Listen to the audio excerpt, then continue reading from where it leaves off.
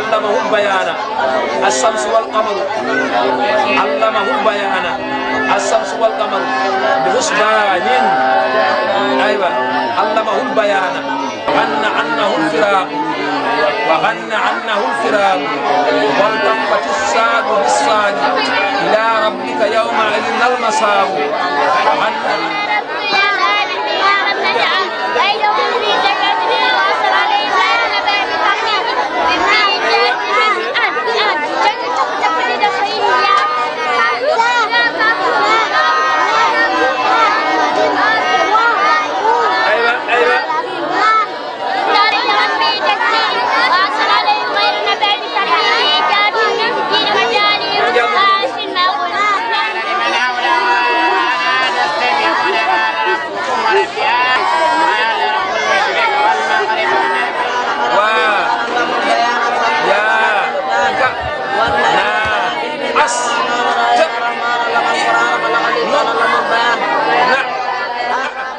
daña belɗo haqqille haɗa duuɓi nayi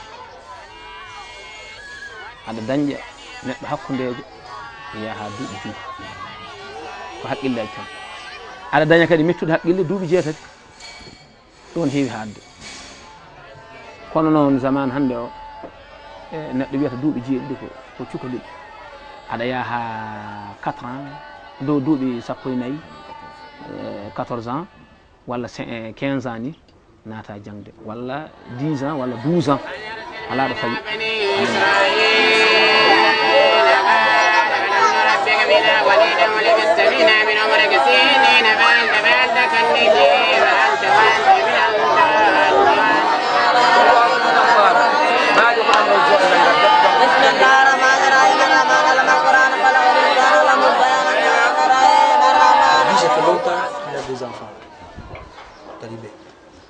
Ici, qu'est-ce qu'ils deviennent ces enfants? Normalement, est-ce qu'il peut nous dire qu'est-ce qu'ils vont devenir, les enfants? Qu'est-ce qu'ils sont devenus, par exemple, les enfants que lui, il avait il y a 10 ans? Machallah, ko janginmi ko min jogimi hen sukaɓe nana Gabon won hen nana Côte d'Ivoire anani won hen nana Espagne a faami heddiɓe ɓe nana e nder Sénégal he ko wayno Gambie en ko wayno Linguéri en anani ko wayno Linguéri en ko wayno kay hen won hen ko joom bitikaji en won hen ko jaari ko gaynaka julaagu won hen jaari ko tan janginde won hen ko noon tan dal noon tan ne heewi ne heewi ne heewi ne heewi aɓe kadi aɓe keewi sukaɓe ne keewi machallah kadi sa wi ɗum tawno neɗɗo ko janggi ma dañ hen wonɓe sernaɓe ɓe mbawata ko jangguinde ƴetta katankagal kanko ƴettuno ngal ngam jangguinde won hen noon mbawa ɗum ko ma jiiwi kuƴe paate jiiwi ko jee ɗum sa wi noon ɓeene paye jangguingol ɓe paye jiiwi ɓe no fitti won fof ko jangguingol ko ni ɗum wayi ko ɓeene kam ne keewi hay ɗo joni so Allah jaaɓi ɗo ene ɗiɗo dumnaji lewru aroru ndu mami mbiɗi jogui jofunuɓe ɗiɗo oya bamum en nana Darou Naim ga oya ko Fouta nawtanmi ɗum mi jaami nokkune wiye babaɓe ko ɗon woni hattude ga jangdam ko ɗon kaaɗi nden noon nde min jangata nde autoji ngala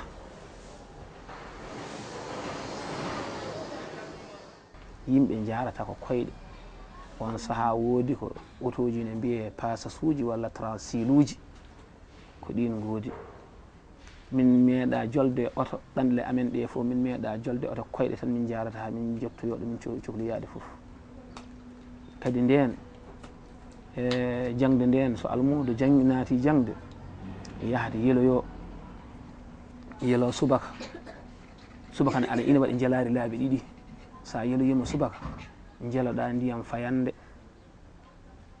anani subaka. Donc on est d'accord du fait que les conditions n'étaient pas les meilleures. Au village, il y avait de bonnes conditions, les temps ont changé. Maintenant ici en ville, les conditions ne sont pas les meilleures. Lui, qu'est-ce qu'il envisage? C'est quoi donc quelles sont les améliorations qu'on pourrait avoir pour éviter que les enfants soient exposés au danger de la rue, par exemple? Mbimi dendagal anduɓe Fuuta no ndidori kañen fof jelima jangi ko alluji wonɓe ɗo cadre uji ɗi jiya toon limamuji ɗi puu jangi ko alluji jelima lelima e leydi jaari koyɗe joguima comci tun wi waɗi fof mbiɗa wawi widema ummade ceerno Dawouda Ba mawɓe wonɓe ɗo hande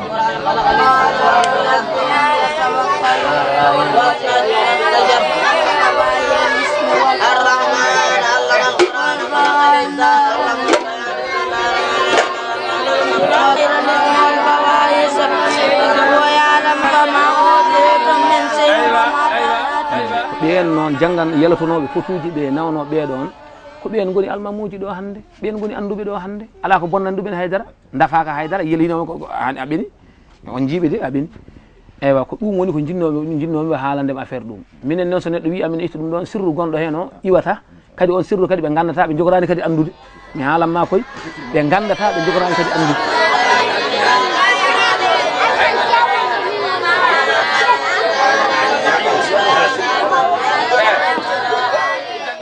Voir s'il y a possibilité d'améliorer l'éducation des enfants et la condition de vie des enfants et marabouts aussi. Et donc,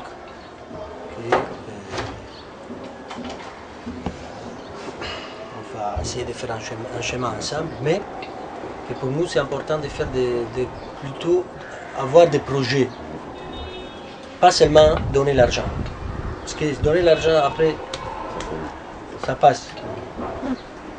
Donc l'idée c'est si on peut petit à petit faire des projets qu'un jour que nous on s'en va, eux ils peuvent continuer avec les projets, avec leurs propres moyens. C'est ça le but.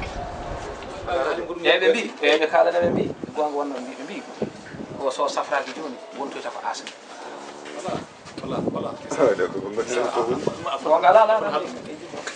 fait déjà une radio déjà déjà.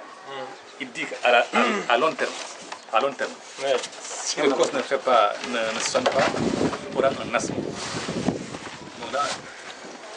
De voir que les enfants ne développent pas des choses plus fortes que l'asthme. La tuberculose par exemple, c'est ça qu'il faut veiller.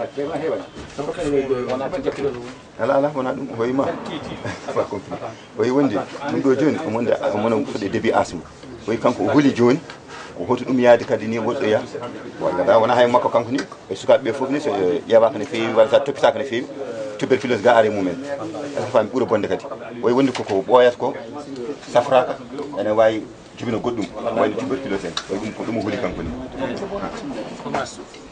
Nous on a besoin, c'est ça qu'on dit, nous on a besoin de faire, c'est pour ça qu'on dit des fiches individuelles. Par exemple, lui maintenant, il est de la Madra. Nous on connaît les noms, la famille, sa situation de santé. Parce que avec les fiches, on peut faire le suivi et puis demander aux hôpitaux, aux d'autres ONG, pour nous-mêmes voir qu'est-ce qu'on peut faire pour ces enfants qui sont malades.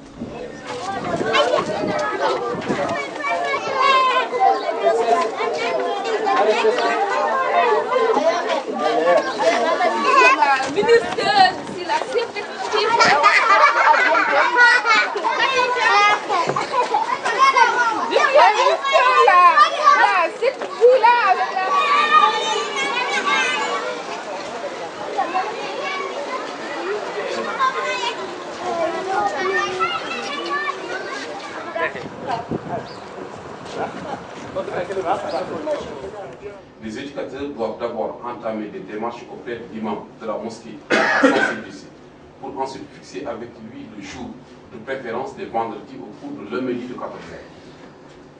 Et enfin, sélectionner les points sur lesquels l'imam va porter son discours. en trouvant au cours de la discussion les points de convergence entre la charia et la CDR. Des enfants sans état civil, des enfants ou de système, ils veulent faire intégrer à ces enfants maintenant l'école formelle. C'est ça d'abord notre premier barrage d'abord là. Il est important. Et deuxièmement, comme on a dit déjà, essayer de veiller, on l'a fait dans certaines écoles, l'expérience l'a démontré, on a veillé aussi à l'application des instruments que la Mauritanie a ratifié déjà là, sur la base de la Convention des droits des enfants. Ouais. Moi je pense qu'il faut voir le problème à ces deux niveaux-là. On demande aux parents d'aider aux enfants de réfléchir sur quelle formation ils peuvent faire. Par exemple, il y a plusieurs formations, il y a telle. Regardez la formation que vous préférez. Nous, on va vous soutenir pour faire cette formation. Mais on ne peut pas dire à l'enfant, puisque je veux que tu fasses la menuiserie, tu vas faire. On ne va pas le faire. La sensibilisation, c'est d'abord à travers l'utilisation de la Convention universelle des droits des enfants. Donc en fait, une partie du travail, c'est présenter ça. Et l'autre partie du travail, c'est présenter à partir de la pratique que nous, on a. Nous, on a tant de cas d'enfants sans l'état civil. Mais par contre, la Mauritanie a ratifié que tous les enfants doivent avoir l'état civil. Dans l'article, etc., on trouve ça. Tu vois, c'est ça qu'on doit faire. C'est pas tellement qu'on va rentrer dans la pédagogie, on n'est pas des pédagogues. Donc on ne va pas rentrer dans la pédagogie d'éducation d'un enfant à l'école. On ne va pas dire au directeur de l'école, aux enseignants. Nous, notre approche, c'est juridique. Juridique au plus strict sens du terme. Ça veut dire basé sur la loi islamique et l'interprétation de la loi et les lois ratifiées par le gouvernement mauritanin.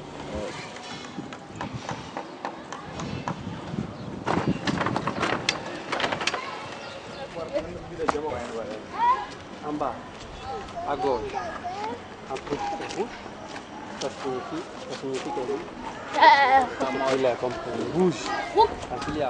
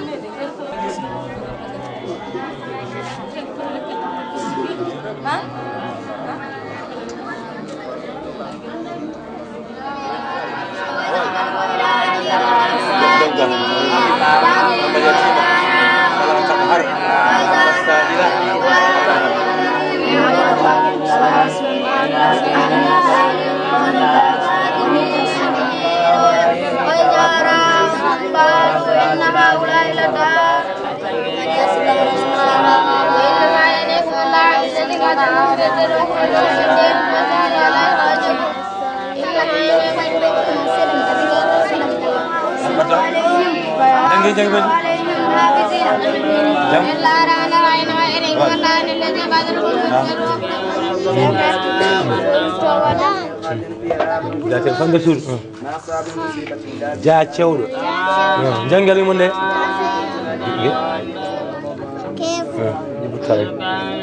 jibu tawndo gel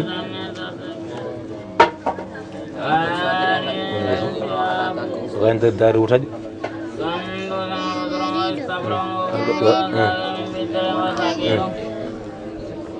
a fori nde a fotamande a fori jangue anda fori ande mana ande jaɗa tagali aɗa yidoro e buuɗi eni jangue jangal mane falma a jangoɗa. Son familias de origen humilde y que viven entre Senegal y Mauritania, entonces en el campo, en zona rural. Entonces confían los niños al marabú, el marabú cuida de ellos a nivel de enseñanza y bueno, nutrición y vestimenta y todo. Entonces las familias creen en este tipo de enseñanza. Conocen a veces solo este tipo de enseñanza o entonces confían realmente los niños al marabú y consideran la enseñanza coránica como hasta una enseñanza que tiene más valor de la escuela formal. La gran dificultad, estos niños se encuentran fuera digamos, de la educación formal que existe en el Estado mauritano. La cuestión es intentar garantizar el derecho a la educación, empezando con un acompañamiento a través de materias que son el árabe, el aprendimiento del árabe, de las matemáticas y del idioma pular, porque estos niños de esa escuela coránica pertenecen a una etnia que es la etnia Peul o pular.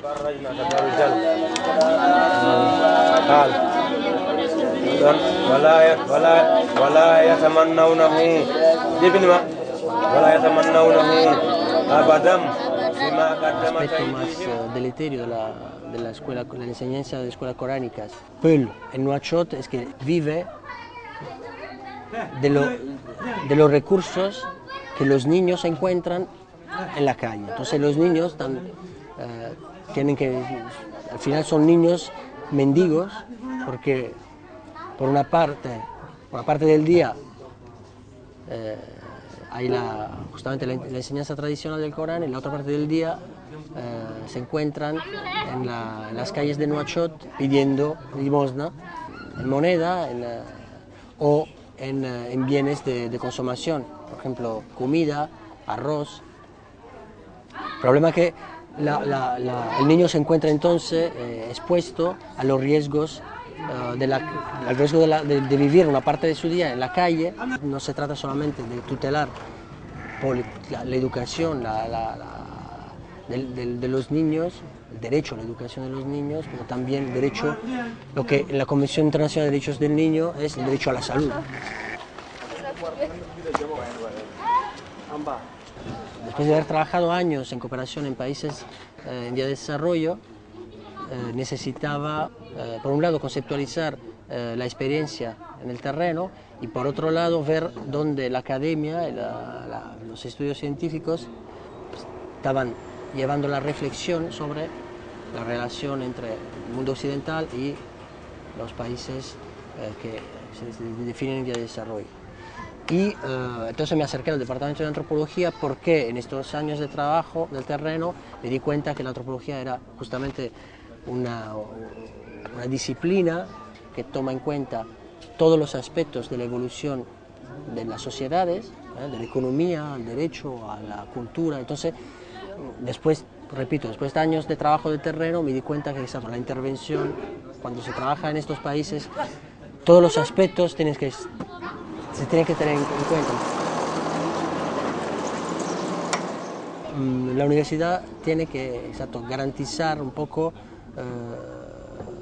la parte, no tanto no solamente la difusión de conocimiento, pero efectivamente la producción de conocimiento. Entonces, el proyecto de antropólogos es un poco relacionado a esto, ¿no? a la posibilidad no solamente de difundir un conocimiento fuera de las aulas de la universidad, y entonces entrar a utilizar herramientas de conceptualización y de estudio que se utilizan en antropología en el campo de la cooperación al desarrollo, porque el valor añadido justamente de la antropología en la cooperación al desarrollo puede ser justamente adaptar los proyectos a las culturas locales y a la realidad que encuentras en países que no son absolutamente en nada comparables con nuestros países.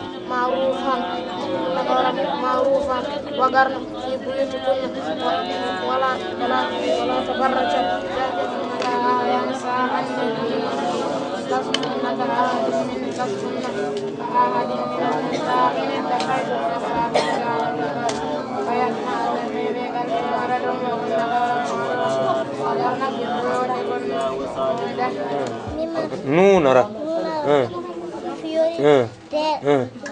Jubur. Jubur. Juburia. Nunara.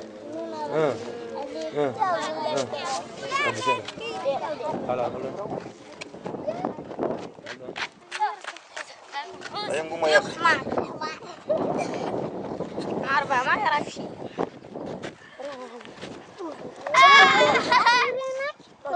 Min jalti. ala ngumada yeso